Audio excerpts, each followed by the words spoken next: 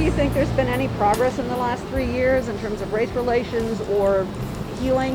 I think a lot of the times when we're talking about the racial healing that's taken place, these are narratives that are coming from white people, right? And so I think a lot of times those narratives center white fragility and white guilt. So when white people feel better about the actions that they've taken historically, then they feel as though they can move on. But that leaves black and brown people in the dust. It does not erase the systemic trauma.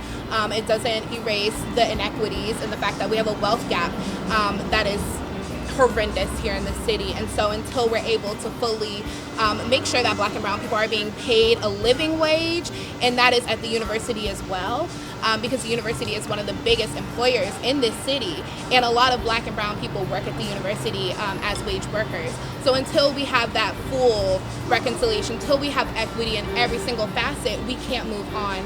This area harasses black people. I mean, they've removed the benches off the downtown mall. And they've basically criminalized homelessness, especially for black and brown people in the downtown mall. There was just an incident with an officer taking a brown man down to the ground.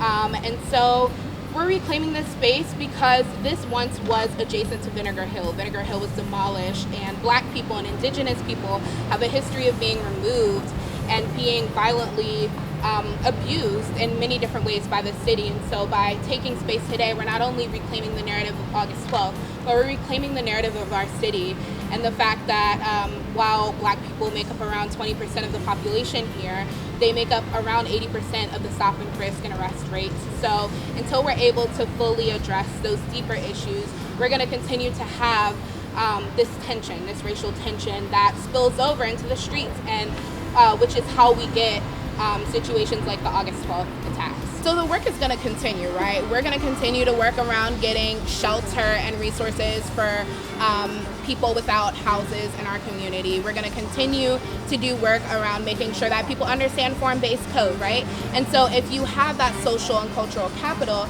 it's your job to then put yourself in the community and be at service to the neighbors who need it.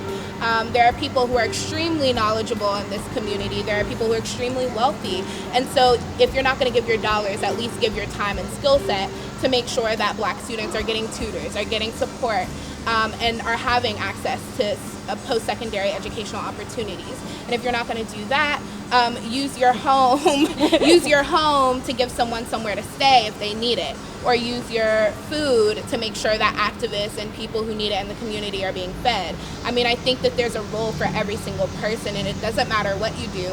If you're, a photographer, you can offer your services to the movement because it needs to be documented. And so I think really what it's going to take is just people showing up into space in a vulnerable way and saying, hey, this is what I have to offer and this is what I want to give to the community.